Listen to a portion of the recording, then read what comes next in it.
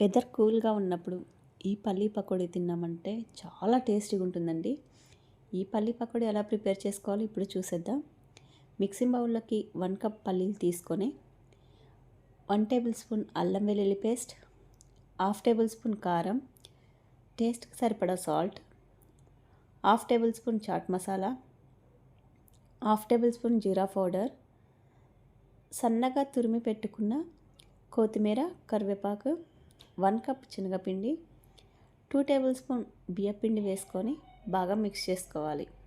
ఇలా మిక్స్ చేసుకున్న ఈ మిశ్రమంలోకి కొంచెం వాటర్ యాడ్ చేస్తూ ఫైన్గా మిక్స్ చేసుకొని పక్కన పెట్టేసుకోవాలి.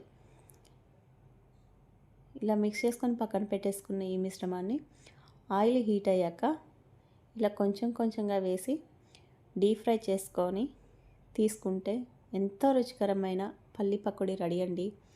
ఈ వీడియో మీకు నచ్చినట్లయితే లైక్ చేసి షేర్ చేయండి. Please do subscribe my channel.